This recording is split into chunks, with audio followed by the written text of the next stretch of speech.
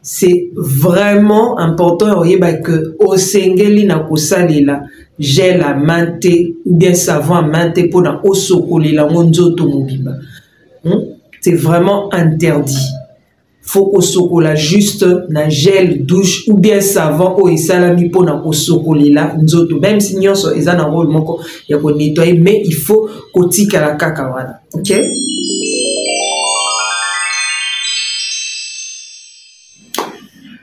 Voilà, un beau téléphone de partout. Merci, les sous n'ont pas écouté les lots. Ils auront toujours les 5 ans.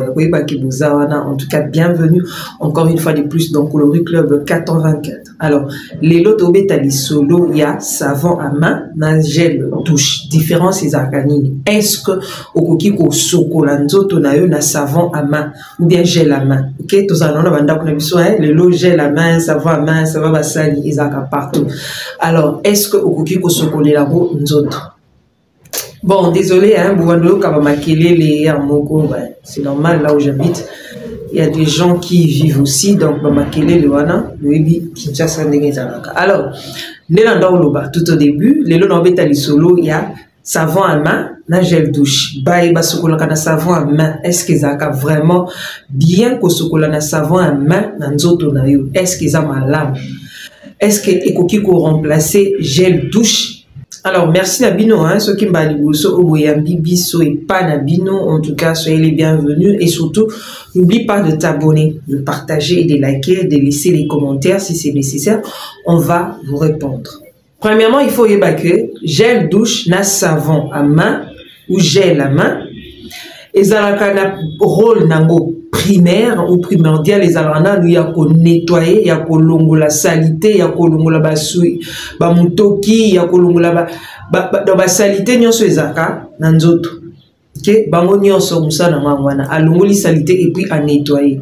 Mais différence nango eza côté ya ba effet na ba ingrédients oyo ba salelaka. C'est très important. Différence différence entre gel douche na savon à main ou gel à main. Premièrement, ils à côté y a ba ingrédients. OK? Il y a des entreprises qui utilisent des produits chimiques où ils ont tellement makasi na savon à main ou gel à main. Il y a un okoki ko sali lango na nzoto te. Alors, ba produits chimiques au basali la rizaka mingi pour na savon à main ou bien gel à main et zaka mingi produit mélange, hein, il y a hydroxyde de sodium, donc ils ont ba puissance ingrédient puissant, il y a chimique au basali la ka.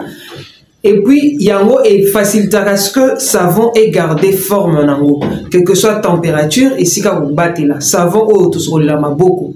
Et si vous bomba, en tout cas, ingrédients ne permettent pas de garder produit en forme.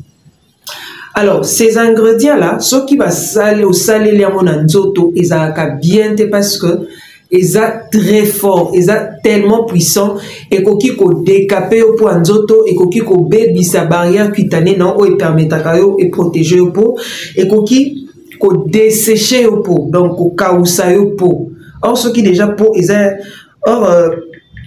ceux qui déjà peau non, ils ont kauka et kozala malamouté. Alors, par contre, on a gel douche, ingrédients chimiques basal et laka, ils ont l'auryl, sulfate de sodium. Et pour du zaka mousse, mousse on est pour permettre à ce que et nettoyer. Nzoto longola ba huile na ba salité nyonso o ezalaka. Donc, mousse les obima et qu'on nettoie pendant nzoto no ba huile auto dégage la salité, ba poussière nyonso zo ki nanzela et ko longwa po épaisse po na yo ezala en forme, po na yo ezala lisse. Ya moi tout ça ilaka ba gel douche. Alors, ingrédients on a ezalaka na problème té par rapport à protection ya po na yo. Eza na problème té et kotika po na yo evanda sans problème.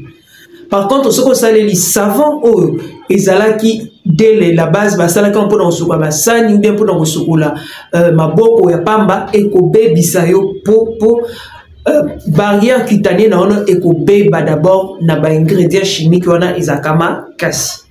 Donc gel douche ezana SLS et qu'on permettre à ce que elongola hein oui l'elongola ba salité na mai on y a au pakolango mai wana to landisaka et kolongola ba salité wana. Mais par contre ce que lobby na savon à main, même si ingrédients na pesa, mais c'est pas la même chose. Et puis ils ont pour mais c'est pas adapté na peau. Alors deuxième différence, c'est à côté effet au savon. Parce que savon, ils ont hydroxyde de sodium. Alors, ingrédients, par rapport à pH à peau na biso et simbakate po yango basali la pour na saponification. Et simbakate par rapport à pH ya peau na biso. Eko baby sa pH na oso ki osali la. Eko baby sa barrière cutanée la. Eko dessécher po batu musu mona ga musu kutu esali ba. Hein, pour économiser gâté parce que aux osai la savon ya basani aux osai la savon ya maboko pour na kosokolela nzoto savon o basokolela bilamba balé coq ba familia et comment moi ebele ba savon qui bola pe moi izalaka. Donc tous ces savons là ezalaka te ba homo, OK, ba savon là eza pona bilamba eza pona mususu ya maboko ezali ezate pour sokolela ngo na nzoto. Eza interdit eko bebisa yo poso okomona po nangeza ke kauka po nangeza ke kuba malgré bilo non son salela parce que zo salela ba savon na o esalami rien que pona maboko. Alors rien que pe pona bilamba ba savon na esalaka que ekolongolo ba huile nyonso naturel tozalaka na moto produisant na nzoto pona protéger pona biso ba huile na nyonso ekokende parce que zo salela ba savon o eza destiné na kosokola rien que maboko pour ba savon ba gel nettoyant et ba gel ya main pour laver les mains mususu pe e kausaka batu maboko soko sela on pe mingi omona maboko eza o kauka maboko ekuba parce que ba ingrédients wana eza adapté te na peau. Imagine toi ce que maboko ne kubi bon nzoto mbido zande.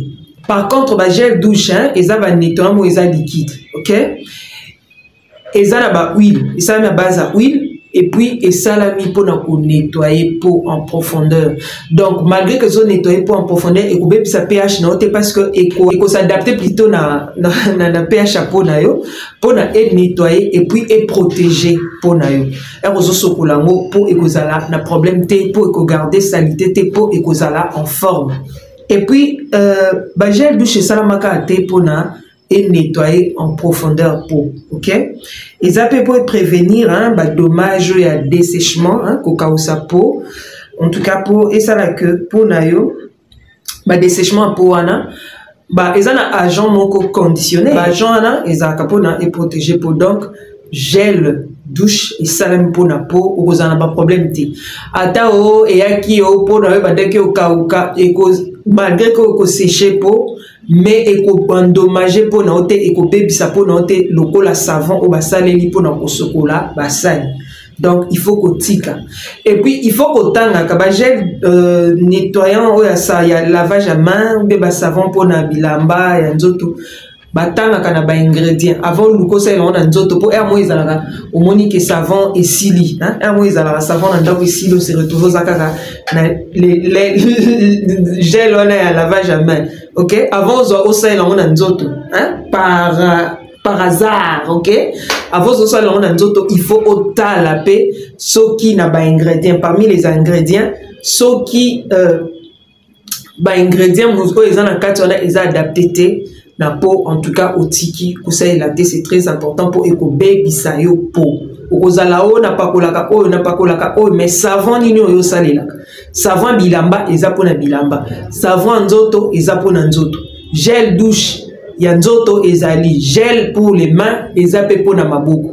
Donc arrêtez à kozwaka o non na zui na salela kaka na salela te otuna wa te bele bosomba ka ba mafuta mais soko tunyo sala na savon ni o savon nyoso na mona kanga na zona salela ka nyoso mona salela ya mona pe baby sopo o po ekominga terme o po ekomi ko sa mukusa o po esala nga bosoki na sokoli eza maite eza savon salela yo sokola na savon les coques yo sokola na savon génie yo sokola na savon mbuma ba famille et les autres là c'est pas adapté la peau ya nzoto eza pona bilamba eza pona basali suki sango wana ba gelo basokolela pe maboko wana o mingi eza pona maboko. Limite toi seulement à ça ozwate que de pakola on elongi après le baby o elongi nanga et baby. Faites attention, OK, voilà.